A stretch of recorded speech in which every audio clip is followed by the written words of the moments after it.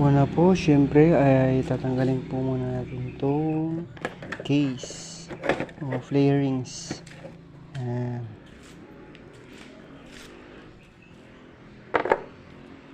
Tapos, bali, ito yung ano po natin, naglulos. So, bali, tanggalin po muna natin siya at i-check po natin. So, yun na nga po guys, natanggal na po natin. Bali, i-check lang po natin ito kung tama po.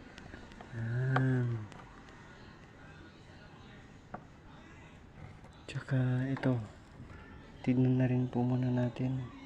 So, parang kung makikita nyo, parang medyo maluwag konti yung mga butas. So, pahigpitan lang po natin yung mga butas ng konti.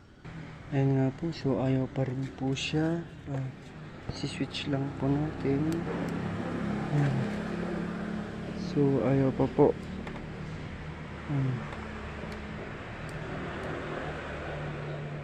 Ayan, sa kabila ayaw, sa kabila lang po. So, bubuksan po natin ngayon.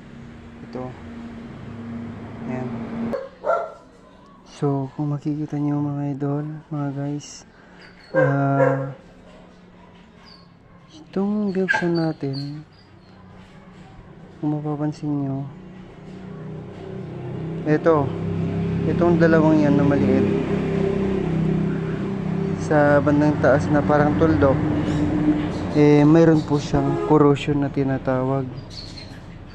So, yun nga po. At ano nga po ba ang corrosion?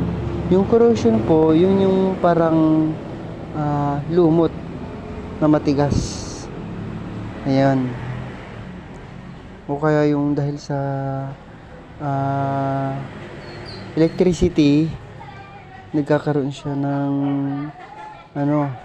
yung pagbuo ng corrosion. Yan. At yun po ang lilinisin natin. So, ayun na nga mga idol, mga kasama. Yun, natanggal na natin, nalinis na natin yung kanyang corrosion. Yan. So, itatry na po natin ulit. At pag ayaw pa din siguro gumana, baka i-check na rin natin yung wirings. Try lang natin, ikabit na natin to. So, ayun na nga, naikabit na natin mga idol, mga kasama, mga tropa. Para sa mga nagtitipid, pwede po yan. Pag-aayos lang po konti ng switch para hindi tayo bili ng bili. Yun. So, yan na nga po, naka-on na. And then, check po natin kung nagana na po.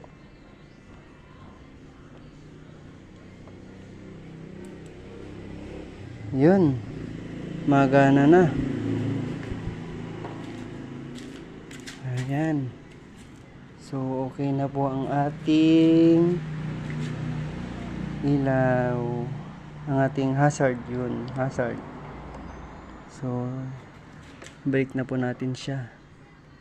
Bali itong flarings ko mga sir, talagang pinabutas ko naman to.